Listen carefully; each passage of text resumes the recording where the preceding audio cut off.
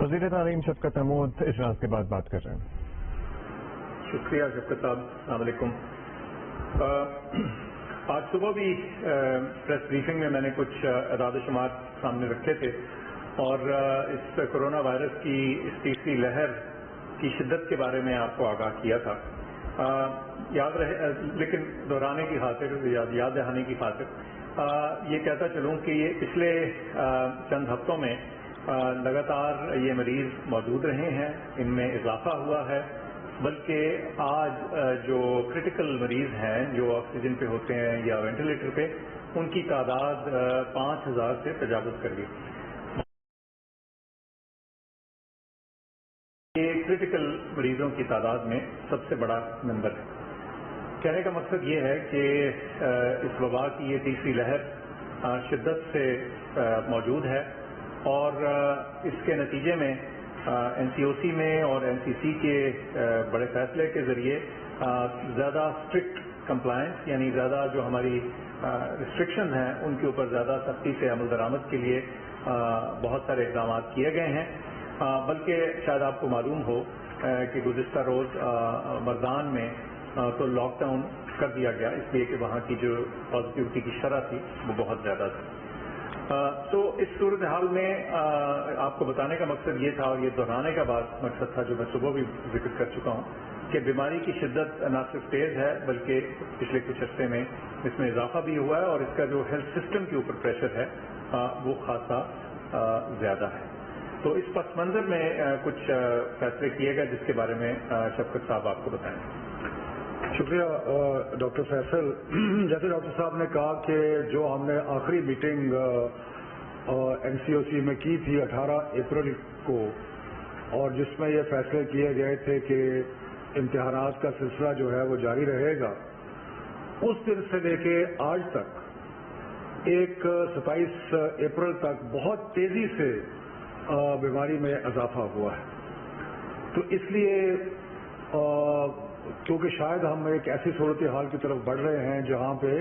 ہمیں مختلف ایریاز کا جہاں زیادہ انفیکشن ہے اس کا لاک ڈاؤن کرنا پڑے، تو لہذا ایک فیصلہ جو کیا گیا اور یہ فیصلہ متفقہ طور پہ سارے وزراء اور چیئرمین اسد عمر کی صدارت میں یہ فیصلے ہوئے کہ مڈ جون تک، یعنی کہ 15 جون تک سارے کے سارے امتحان جو ہیں وہ کینسل ہو جائیں گے. یعنی کہ آج سے لے کے 15 جون تک کوئی بھی امتحان جو ہے نہیں ہوگا. اس کا مطلب یہ ہے کہ جو 9, 10, 11, 12 کے امتحانات مئی کے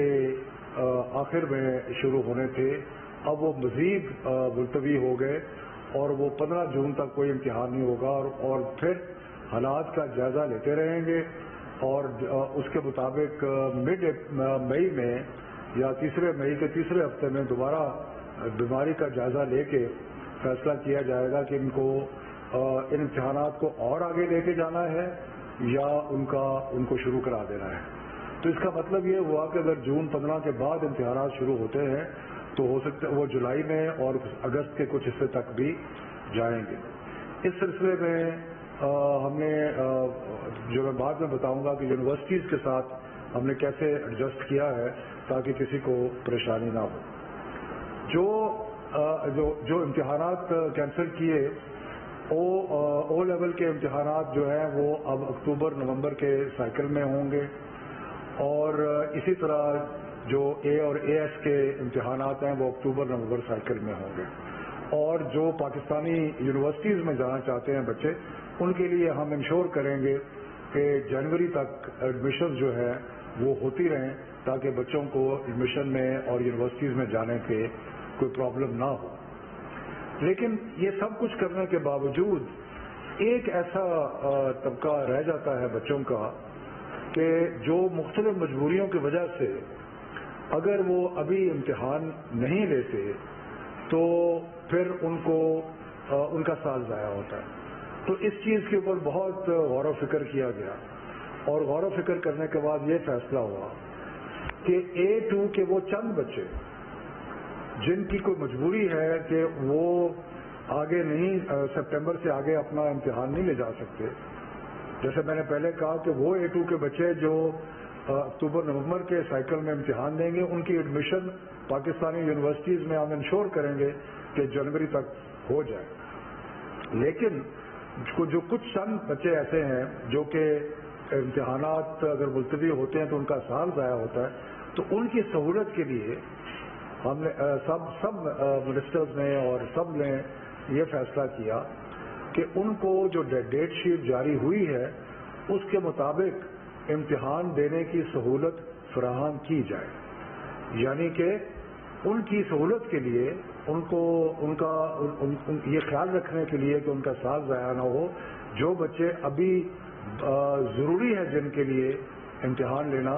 تو وہ امتحان A2 کا جو ہے وہ چلتا رہے گا۔ اور اس سلسلے میں یہ بھی سختی سے ہدایت کی گئی ہے کہ سوموار کے بعد کسی وینیو میں 50 سے زیادہ لوگ نہیں ہوں گے۔ اس کے لیے ہم نے ریکویسٹ کی ہے کہ جو سکولز ہیں ان کو وینیو بنایا جائے یا جو ایگزسٹنگ وینیوز ہیں ان میں تعداد کم کی جائے اور 50 تک لے کے آیا جائے، تاکہ جو چند ہزار بچے امتحان، میں یہاں پہ کہتا چلوں کہ جو ٹوٹل A2 کے بچے ہیں وہ تقریباً لگ بھگ کو 20,000 کے قریب ہیں، ان میں سے بیشتر تو ایسے ہوں گے جنہوں نے پاکستانی یونیورسٹی میں جانا ہے، ان کے لیے ہم فیسیلیٹیٹ کر رہے ہیں کہ وہ اکتوبر نومبر میں امتحان دیں اور جنوری میں پاکستانی یونیورسٹیز میں داخلہ ہو جائے۔ لیکن وہ اس کے بعد جو تھوڑے بچے بچتے ہیں جن کی کوئی مجبوری ہے تو ان کے لیے جہاں پہ امتحانات ہوں گے وہاں 50 سے زیادہ بچہ نہیں ہوگا، اور اس کے باہر کیونکہ کل ہم نے دیکھا کہ باہر تھوڑا سا جمگھٹا ہوا، باہر وہاں پہ لا انفورسمنٹ ایجنسیز تعینات کی جائیں گی تاکہ وہاں پہ کوئی جمگھٹا اور ایسا مسئلہ جو ہے وہ نہ ہو۔ یہ مشکل وقت ہے اور مشکل وقت میں کوئی بھی فیصلہ آسان نہیں ہوتا، اس سے یقیناً بہت سارے والدین کو تسلی ہوگی کہ بچے جو ہیں وہ ان دنوں میں جب کہ کووڈ ہے بڑی زوروں پہ تو وہ امتحانات کے لیے نہیں جائیں گے، اور جن کی مجبوری ہے ان کا بھی ہم نے بندوبست کیا ہے۔ تو یہ ایک کلیکٹو اسپرٹ میں ہم نے جو بہترین